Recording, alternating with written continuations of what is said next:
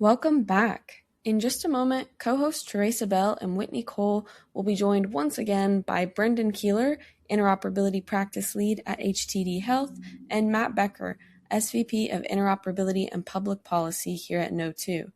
If you missed the last episode, make sure to give it a listen, because in this episode, we're diving way deeper to answer the question, what happens if Washington pulls the plug? Does interoperability have a contingency plan? Guess you'll have to listen and find out. Welcome to Kno2fy, a podcast recorded at the intersection of today's problems and tomorrow's care. Hosted by Kno2's Therasa Bell and Whitney Cole, Kno2fy brings together the voices shaping healthcare, from industry leaders and policymakers to the voices that don't always get the mic. We'll get into what's working, what's broken, and the hard conversations healthcare loves to avoid. This is Kno2fy. Let's talk about it.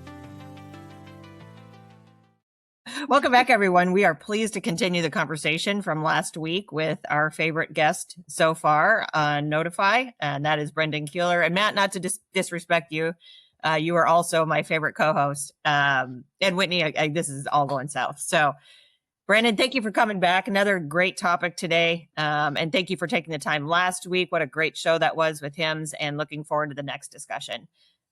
With that, Whitney, I'll hand it to you. Okay, Brendan, we're coming to you first again on this episode. So you're in the hot seat. You've written, I believe in the past, correct me if I'm wrong on this, but we're likely to see large-scale changes to TEFCA's priorities, structure, capabilities, or mission. Help us set the stage. What's actually happening in Washington right now? Yeah, for sure. So a little bit of history, like TEFCA wasn't real for a long time. I don't know if anyone tracked that, but 2016 was when we passed the Cures Act. We had the Rucker administration where there was a bit of slowness on the TEFCA front, is maybe a polite way to frame it. But eventually they put out what the structure might be. They chose the RCE. As we entered into the Biden admin, Mickey Tripathi picked it up and said, I'm going to make this one of my things. I'm going to try and will it to be real. And that makes sense given his history as a health information exchange person in state context, particularly Massachusetts. And even with that, it was still slow going. It's pretty slow to see adoption. And then nothing is a catalyst like a crisis. We have the Particle and Epic dispute and a subsequent lawsuit, which catalyzed the industry to say, wait a minute, a decade of these nationwide networks not progressing on new technologies, not progressing really on new use cases. We need to solve that demand issue, or we're going to see people trying to find their way in and reuse the network for broader and broader use cases, broader and broader things that might be eventually outside the line. And so that's not casting judgment on any of the lawsuits or disputes. That's not the domain we're trying to get into. But in terms of a catalyst for TEFCA, we saw rapid adoption. We saw individual access services actually become real as a new use case that had never been done before, despite attempts prior with patient access on care quality. And so that happens. And then we have Trump won. I don't know if everyone's aware, but he's the president now and not Biden or Harris. And that reset caused people to say, oh boy, what's going to happen to health technology? Will they cut the certification program? Will they cut TEFCA? What will it all go away? And that's not really proven true. Like, we see both of those statutory requirements, right? Like the Congress said to the ONC, the ASTP, ONC, you need to go do these things. Like, that doesn't go away. And not only does it not go away, that they have to do it, there are a number of technologists in this administration from A16Z, from Palantir, that need levers to do things. And the only way you have levers to do things is when Congress gives you the authority. So you need to either go back up to Congress and be like, hey, give us new authority, or you find ways to use existing authority to get the things you want done. And so kind of roller coastery, but TEFCA is still around. It's growing tremendously. They showed, Dr. Thomas Keene, now head of the ASTP, showed this hockey stick growth at the annual meeting a few weeks ago. And that's happening, but we have the CMS aligned networks as a voluntary arrangement that are making a more competitive network environment that allows TEFCA, Care Quality, BeWell, DataVan, all these different networks to sprint faster at not just the lower bounds set by TEFCA or any statute, but the really advanced stuff with some blessing from the government. And so it's not surprising many people see this era as confusing. It's not surprising that many people see this era as clouded with opaqueness and different angles and what's real and what's not. And to top it all off, we have an environment that's both deregulatory, right? We have the executive order of last year that led to the HTI 5 rule in December, closed rather 2 Fridays ago, last Friday, forgot the date, but the comment period is over. That was deregulatory, that was pulling things out of the certification program, changing and the exceptions to information blocking, including removing the TEFCA Manner Exception, and also potentially a regulatory environment, as the administration has signaled that a potential HTI 6 is coming to reset things around FHIR and APIs. And so what's actually happening is so much that this is not deregulatory, not regulatory, pseudo-regulatory, and certainly aggressive in promoting change in health technology via eccentric, novel mechanisms. That's a lot, but hopefully that gives some perspective that it's a time of change, a time of turmoil, a time of opportunity, thanks to the many prerogatives that this administration is advancing. Therasa, you looked like you had a reaction to that. I'm curious what's the in whole your head. thing. Yeah, which part? So I probably couldn't agree more. And all that begs is stay the course. I've been through this, and Brendan's been through it, Matt's been through it. It doesn't change the reality of what has to get done, and you need trust at scale. Nobody can debate that. People try to debate it, or they just ignore it like it doesn't exist.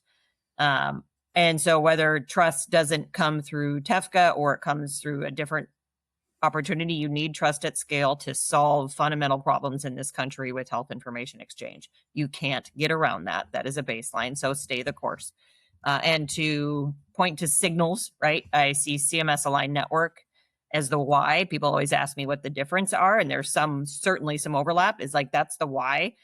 You can't, from compliance and regulation, you can't create change. You can't create change in people and change in behavior and change in why people want to get things done. That doesn't do it. We all know that. But at the same time, you do need the baseline. You do need a trust framework. You do need the legal and regulatory pieces as baseline, and that is what they are.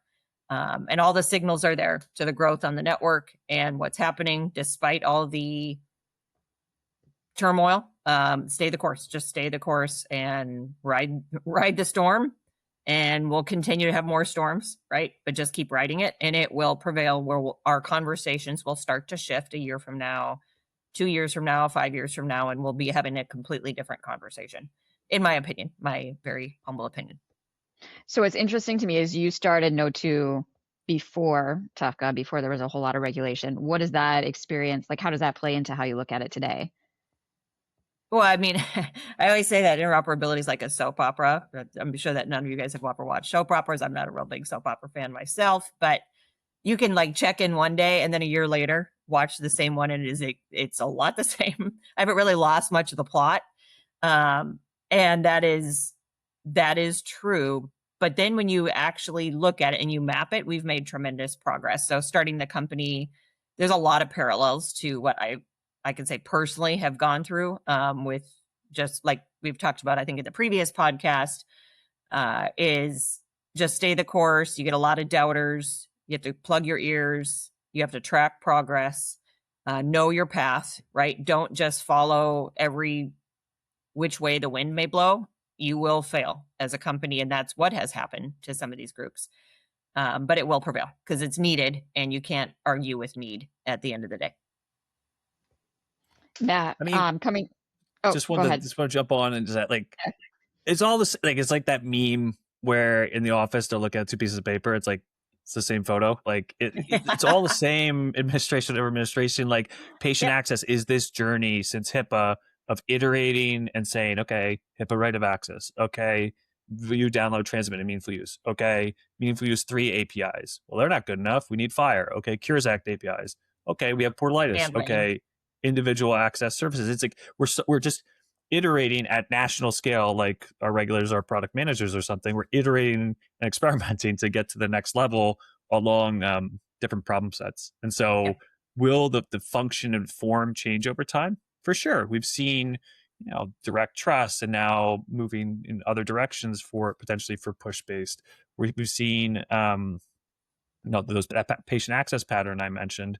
And so we just take the meta step back and stop obsessing over the details of like UDAP versus FHIR versus CTA versus XDS. Like you just be like, oh, the form is different, but the function and the problem set, like they don't change over time. And so we're just making progress that sometimes curvy, sometimes feels erratic if you're focused on those details, but actually just if you stay along for the ride, you do notice that progress that Therasa is mentioning. Yeah. Okay, so Matt, if TEFCA continues on its current trajectory, is there anything organizations should be doing to maximize their investment? Like, where should they be focusing? Focus on the fact that, TEFCA is just the floor for interoperability. And it really is what you're building on top of that is going to separate your business from everybody else that's trying to do the same thing. And it's kind of easy because you hear about all the issues within TEFCA and you hear about all the issues that folks are talking about. And if you can have patients have ubiquitous access to their records, if you can do that at scale and extend to folks that may or may not be involved in TEFCA today. There's just a lot of different things you could do with TEFCA as the floor to make sure that you are making that separation between yourself and your competitors and making sure that, patients are getting better care under you than they would under somebody else. And that really involves making sure that you're not just avoiding the hard problems until the industry happens to solve it 10 years from now. It's solving it yourself and leading the way and being that guide for everybody else to do that in the meantime. Let's talk about, if you guys don't mind helping me kind of define what this is. There was a rule in December of 2025. It was a proposed rule to remove the TEFCA Manner Exception from information blocking regulations. Brendan, Therasa, Matt, can you guys chime in and like explain more? What does it mean? What does it mean for the industry?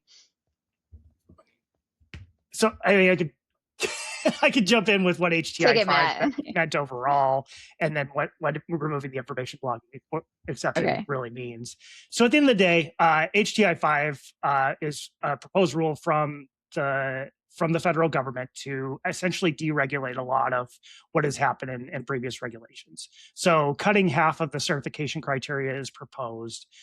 In addition, there was a single cut to this exception to say that if you are both exchanging on TEFCA and you can exchange the data via TEFCA, that you can claim an exception or information blocking because you just should be exchanging it through TEFCA to start with.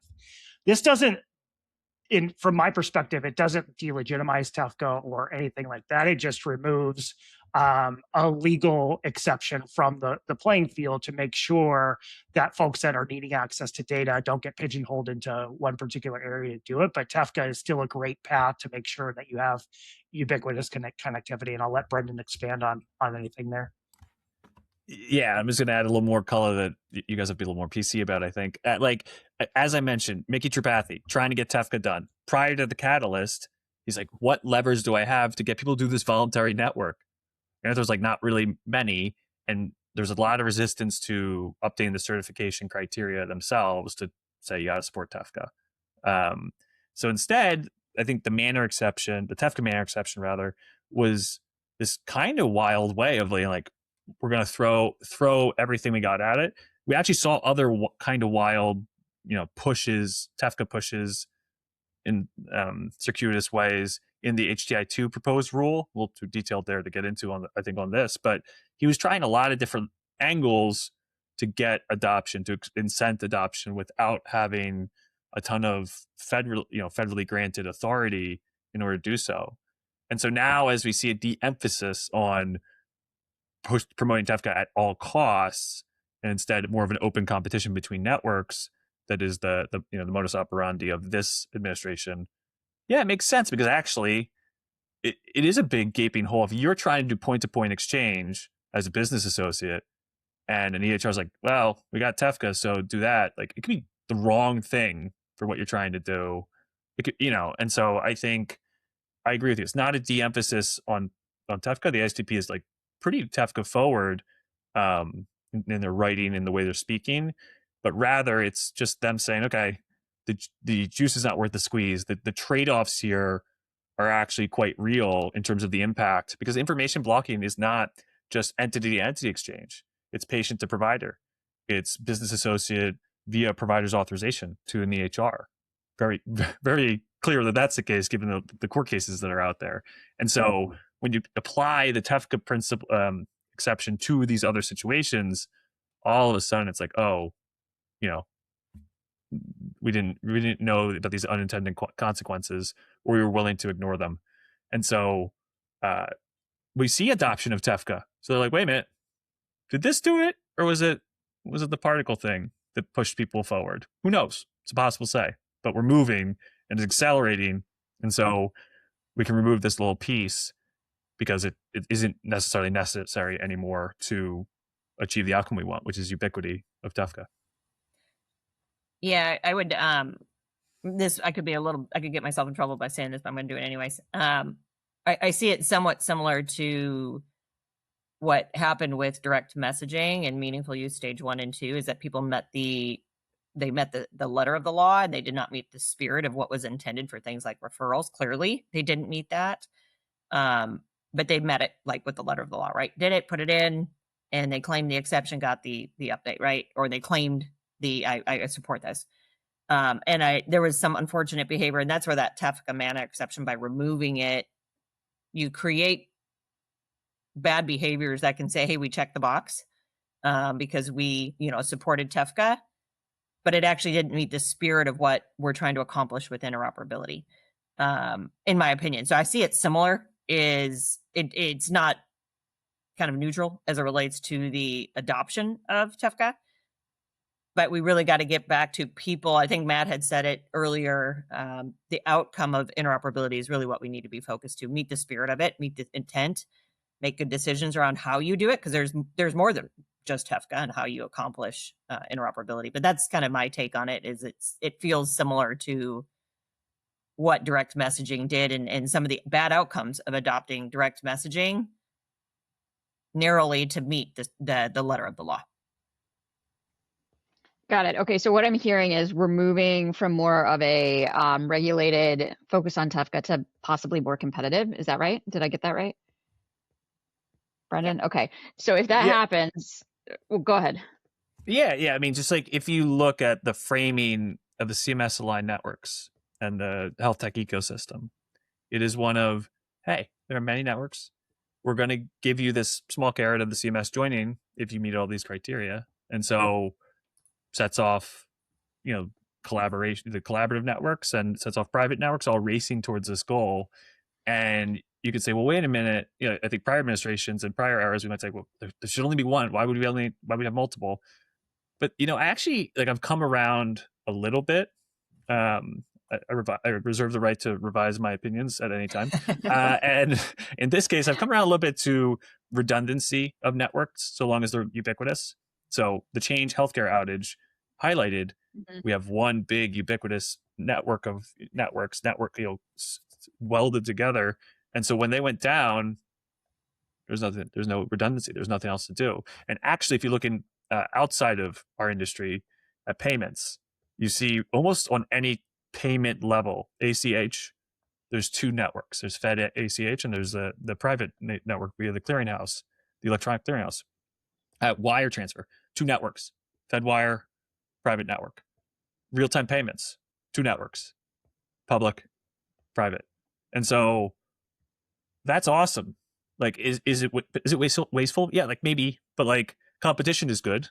And so if you imagine in our industry, SureScripts, if there were two ubiquitous networks, that would result in lower prices, more competition, et cetera, hypothetically, right? The actual need to compete for customers based on feature and value versus being the only show in town. And this is a knock on SureScripts. That is a function of how most networks today in healthcare are, is that we're either it's one big player, or we've welded together a bunch of players into a non-redundant network. And that's just an architectural detail as you examine different facets of interoperability. That's thought-provoking if you care deeply and sort of study and read this stuff a lot. If you don't, like, you should just care about it because you want your claims paid or you want to be your prescription sent across to the pharmacy. Do you think that that's going to cause gaps, or do you think the market, if it's more competitive, the market will address those gaps and they'll be taken care of instead of one network? That's challenge, right? Like the last one I said, the last time we got together, I was like, building networks takes a lot of time and it's hard. Well, building two ubiquitous networks is really, really hard because you've hurt demand and of the counterparties, right? You've said, well, let's say I already can exchange with my counterparties. Why would I join this other one? And so the getting to an atomic network, getting to ubiquity, getting over those hurdles becomes even more challenging. But the CMS has architected kind of a graceful way for people to potentially get there, and the government can support in other ways, can intervene in other ways to help us get to that outcome, which may be beneficial. These are decisions we make about the architectures and the ways that we exchange at national level. I think at a fundamental level, like, competition encourages people to admit when they're wrong and actually change things quickly. And at the end of the day, if you have a monopoly in anything, it's just a lot harder to do. It's a lot harder to change because folks are intending on protecting what's there rather than taking that risk that's necessary in order to move forward. And I'm hoping at least the industry realizes the fact that there are going to be times where we need to admit that we're wrong. There's going to be times where we need to change quickly, and we need to be able to do that and be flexible that way. And hopefully, this is a good catalyst to do that. Is there a world in which TEFCA goes completely away? And if it does it matter? Or is that not a possible future scenario? I feel like Doctor Strange in the Avengers movie, or what it's like the infinite possibilities. Like, yeah, there's a possibility that anything can happen. But one thing I'll say as a principle is that network effects are real in general. And so whether you're talking about direct trust, care quality, Commonwealth, TEFCA, like, they all are networks and have network effects as a moat and a powering principle. It's like Twitter, like, it's still kicking, and Elon Musk did everything he could to try and get people off there for a while. And before him, Jack Dorsey tried to, first they tried to drive the right off, and then they all went to Parler or something. And then they drove the left off with, some of the Muskisms. And guess what? It's still around because network effects are really, really, like, you really have to be activist to get rid of a network. There is no better example than fax. Why does fax exist is this trope. It is so provable. If you look across, it's ubiquitous. And if you look across geographies, the countries that have said, we are axing the fax, we are removing the protocol, we are removing approvals for the copper wire, like China or some of the Nordics. Guess what? They don't have fax. They're this future that we dream of, this beautiful futuristic vision.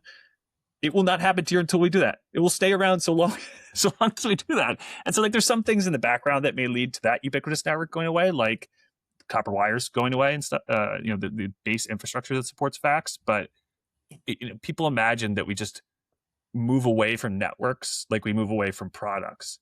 But the switching costs are super high because at the end of the day, Therasa, I think you just said this. I'll hand it back to you. But, like, when something works for every counterparty, I'm going to use that versus something I need to remember that, oh yeah, when I talk to Matt, I use this cool, novel digital thing, but everybody else, the only way to communicate with them is something ubiquitous. But again, in my humble opinion, is TEFCA going away? No. And we, at the end of the day, you're going to have a trust framework. So could it would take a series of moves to get rid of it, including Congress getting involved to do that. The piece that we sit on right now as an industry, and obviously we intimately feel, is getting it right so we create an environment that all can participate. And that's not, again, I'll come back to interoperability is not easy. We're in uncharted waters in many of these areas that we're working through. And we need to push through it, but you have to have a trust framework. You have to have a national trust framework. That's baseline. It's needed. You've got to have when patient information is at play at scale, it's either a relationship, it's a trust between myself and another vendor, and we've established our own agreement, or you're going to do this at scale, and you have to have that. And how you work through that and manage through that, that's really, I'll say right now, it's up to the participants that are in it. And our success is really dependent upon that and what's happening. But will TEFCA, as the definition, you'll have a trust framework that has to exist. Hopefully we don't take another run at it and try it again as if it's going to create a different outcome. I think there's a saying for that, but trying the same thing multiple times is the definition of insanity. I think that's the saying. Sorry, I keep interrupting you. I was just going to say, like, it is the classic thing when a new CTO or CPO come in, they go, what is this in here? What is this trash code? Why are you on this architecture?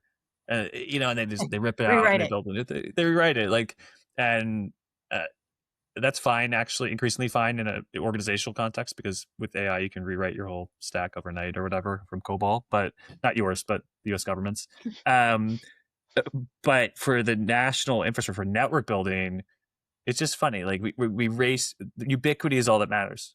It's like, whether it's CDA, whether it's 360X, whether it's Fire, whether it's this next thing after Fire, Coin, like the payloads, the formats, that's just a language. That's English versus Spanish. And you can debate the intricacies and value and like the advantages of them. But at the end of the day, can I communicate with everyone is the only metric that matters. And so every stop and start as we start racing towards ubiquity, I'm just like, come on now, like you're missing the point. You're missing the point because you say, this is not my work of art. This is not my architecture. This is not my how. The how does not matter.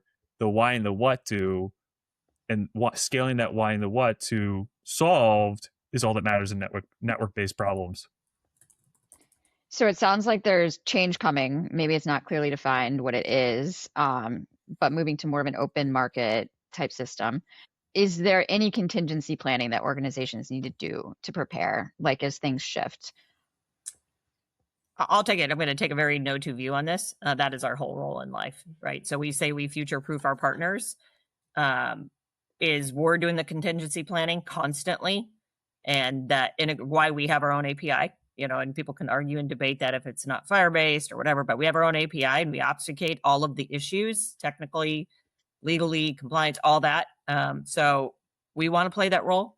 So vendors, once they connect to our API, we're going to tack to whatever the market's doing and expand the platform as we need to. And they don't need to worry about it because information, sorry to do the plug here, but information flows in 3 ways. It's sent, it's received, and it's searched. That's how information flows. And then all these networks plug in behind it. So there's a Kno2 plug for you, but that is our whole purpose in life, is to take that off of our vendors' plates and our partners' plates. And I think we take that really seriously in terms of making sure that we're predicting all the possible outcomes and actually having contingency planning for all of it. I know when Therasa takes out her notebook when we're having lunch, I know that it's going to be a long conversation about something that could happen in the future. And this was just one of them. And it's one of those things where, there's just many different things in play with interoperability that could happen or may happen. And at the end of the day, it's choosing the right partner to make sure that, you don't have to think of every actual outcome. It's the experts that are doing it for you. And so that you can concentrate on taking care of patients, because nobody wants me in the exam room taking care of patients. So why would you want to be the ones trying to contingency plan for a TEFCA-less future?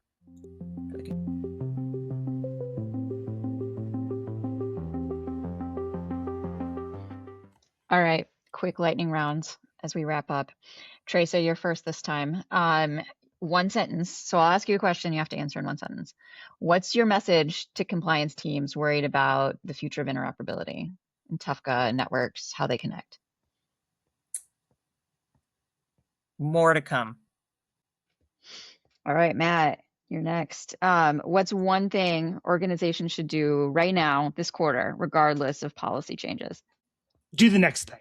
Everybody's going to be in a different spot right now. But the train's left the station. We're already moving one way or another. What you do next and what your biggest priority is next in terms of interoperability is still going to be the next big thing, no matter where this ends up going. And so do the next thing, make sure that you're separating yourself from everybody else doing the same things as you, and don't let the floor be the ceiling. That was more than a sentence, but it's fine. It was a run-on sentence. I'm fine. All right. And Brendan, is there a silver lining if funding for TEFCA or one network decreases? I think we've touched on this, but I want to hear what you say in one sentence. There's no funding anyway. So, like, I mean, sorry, second sentence, that was joke. Real answer. We will figure it out. There will be a different how if it's not TEFCA, because the problem will stay the same. I think that was one sentence.